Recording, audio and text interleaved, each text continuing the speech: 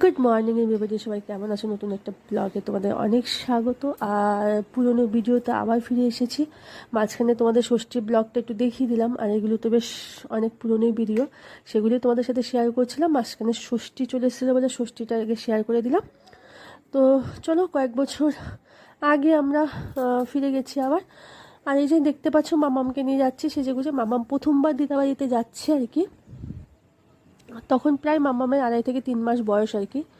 তো এই প্রথম যাচ্ছি দিদাবাড়িতে মামামকে নিয়ে, সবাইকে দেখানোর জন্য আর কি।